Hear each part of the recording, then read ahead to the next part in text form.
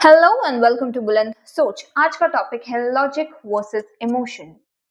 क्या हम सोचते रहते हैं कि मैं लाइफ में ये डिसीजन लूं, लॉजिकल डिसीजन लूं तो सही रहेगा या इमोशनल डिसीजन लूं तो सही रहेगा? We are always into conflict between what is right and what is wrong. क्या मुझे इमोशनली होके डिसीजन लेना है या लॉजिकली लेना है? तो you'll be a better decision maker by the end of this video and you'll be better at understanding yourself by the end of this video.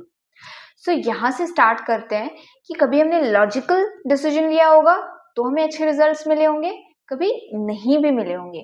कभी हमने इमोशनल डिसीजन लिया होगा तो हमें अच्छे रिजल्ट्स मिले होंगे, कभी नहीं भी मिले होंगे। तो what is right, what is wrong, हम यहीं तो स्टक हैं। We are trying to categorise right and wrong, we are trying to categorise logic and emotion all together. What do you mean by that? Now let's just understand कि what is logic at first. Logic यानी क्या? जैसे हम समझते हैं rational है, right? Practical है, right? Emotion impractical है, impulsive है, spontaneous है. But we are forgetting. हम ना सिर्फ लॉजिकल बन के रह सकते हैं, ना सिर्फ इमोशनल बन के रह सकते हैं. We have to stop thinking into extremes. हम राइट या रॉन्ग में सोचेंगे तो लाइफ में कंफ्लिक्ट आएगा ही, राइट? तो यहाँ पे हमें नहीं सोचना है कि हम राइट कर रहे हैं या रॉन्ग कर रहे हैं. हमें सोचना है कि अपने लॉजिकल और इमोशनल ब्रेन को एक साथ कैसे करें ताकि वो कॉन्फ्लिक्ट जो है वो रिजॉल्व हो जाए. Conflict gets resolved on ground reality, on the fundamentals of spirituality. यहाँ पे आते हैं. व्हाट इफ आई से कि आपका लॉजिक भी इमोशन ही है? What do you think? Would you agree to me? कैसे? Now you would ask how.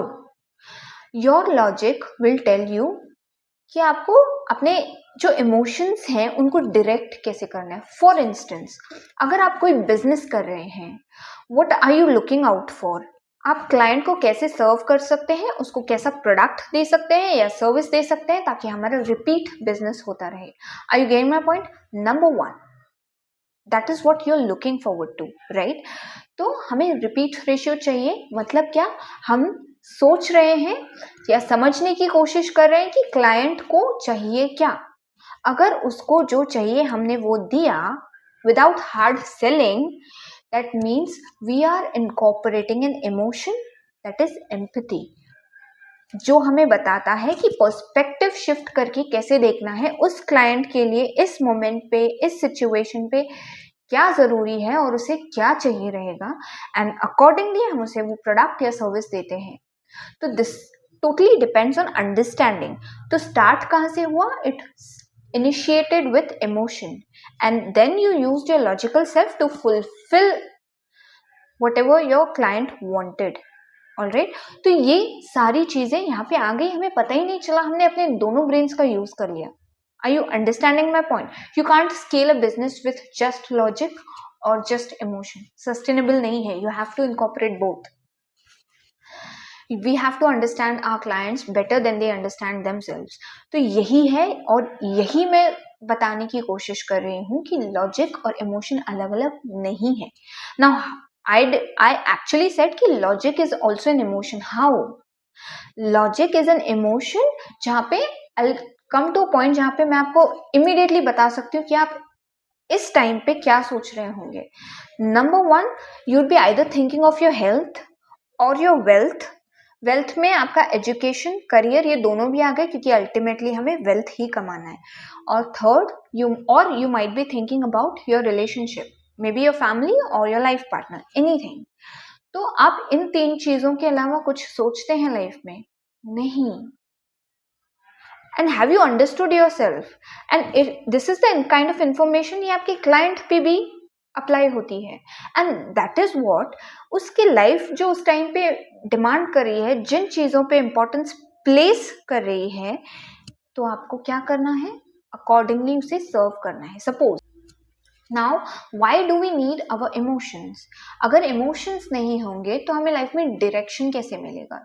Tell me that one thing.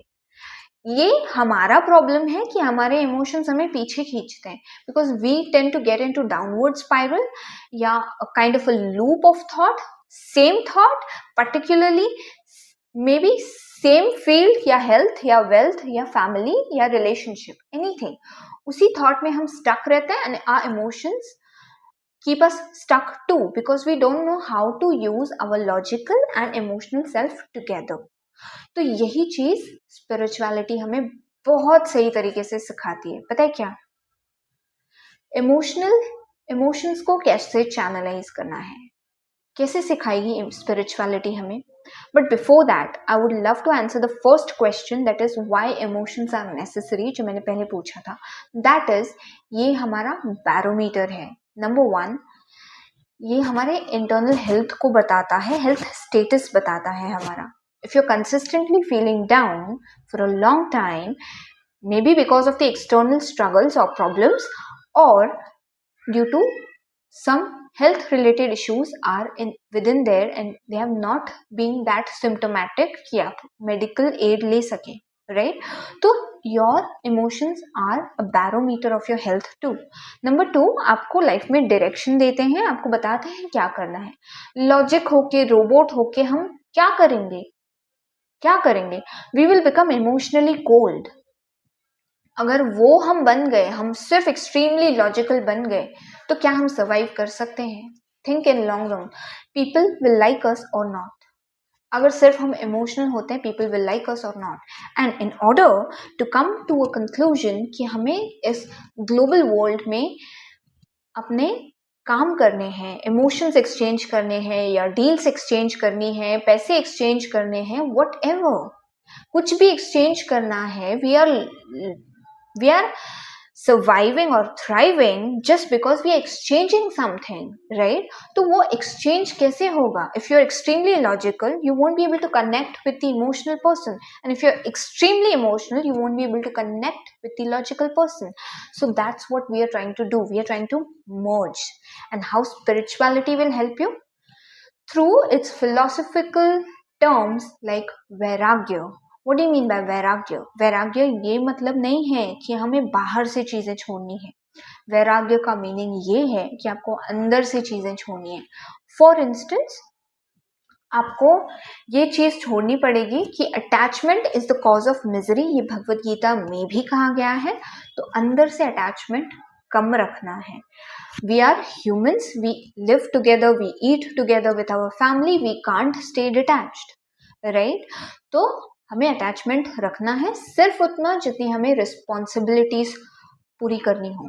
तो ये हमें पता कैसे चलेगा? इसका कोई स्केल तो है नहीं।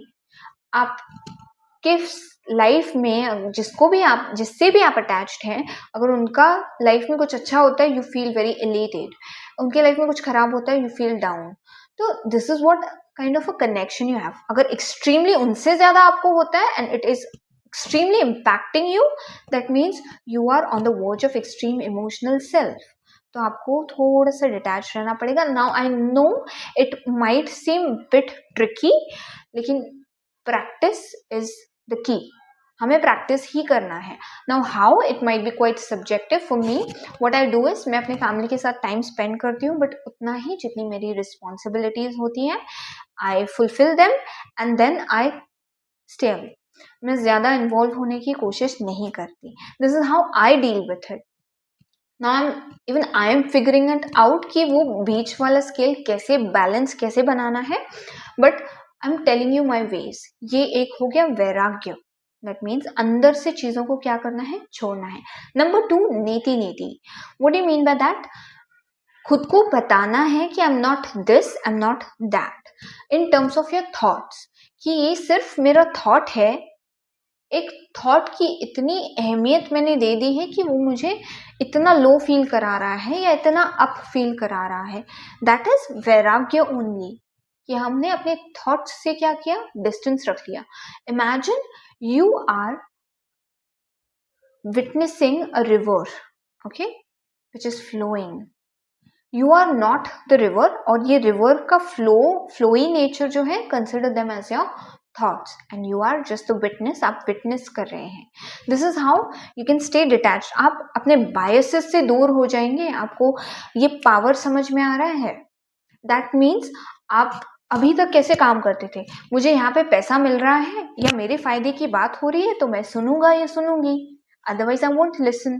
क्या पता मुझे जैसे लग रहा है वैसा हो ही ना, वो मेरे डबल काम की चीज हो। तो आप अपने बायसेस को इनकॉर्पोरेट किए बिना चीजों को देखना सीख जाएंगे थ्रू नेति नेति। ये भी एक चीज है। और कोई थॉट आपको क्या नहीं कर पाएगा, अप या डाउन फील नहीं कर पाएगा। For instance I would say कि आप क्या हैं, ask yourself who am I this shirt, am I this T shirt, am I this jeans, anything, क्या मैं ये हूं? Ask yourself am I this thought. तो जो चीजें आप नहीं हैं तो वो चीजें आपको इम्पैक्ट क्यों कर रही हैं? स्टार्ट हम यहाँ से करते हैं। And I am trying to apply spirituality on ground reality. It might happen कि ये दो चीजें थोड़ी सी डिफिकल्ट हों।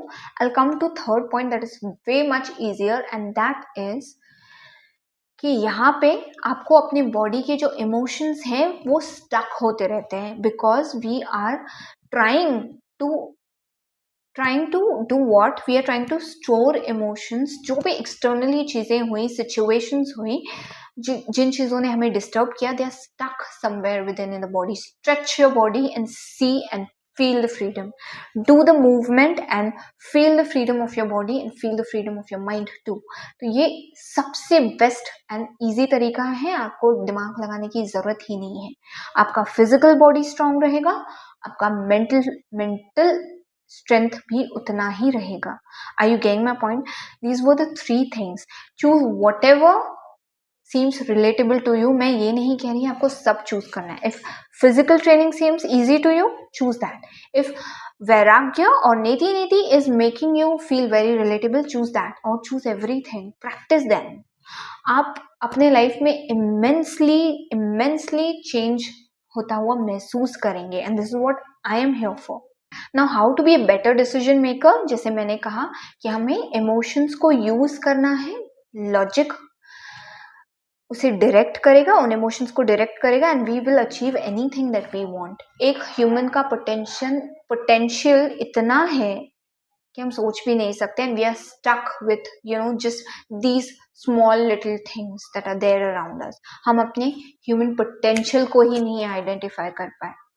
अगर आपने मेरा वो वीडियो नहीं देखा, you aware of your resources, तो वो भी ज़रूर देख सकते हैं आप, जहाँ पे मैंने एक्सटर्नल रिसोर्सेज की बात करी है, लेकिन यहाँ पे मैं एक ह्यूमन रिसोर्स की बात कर रही हूँ।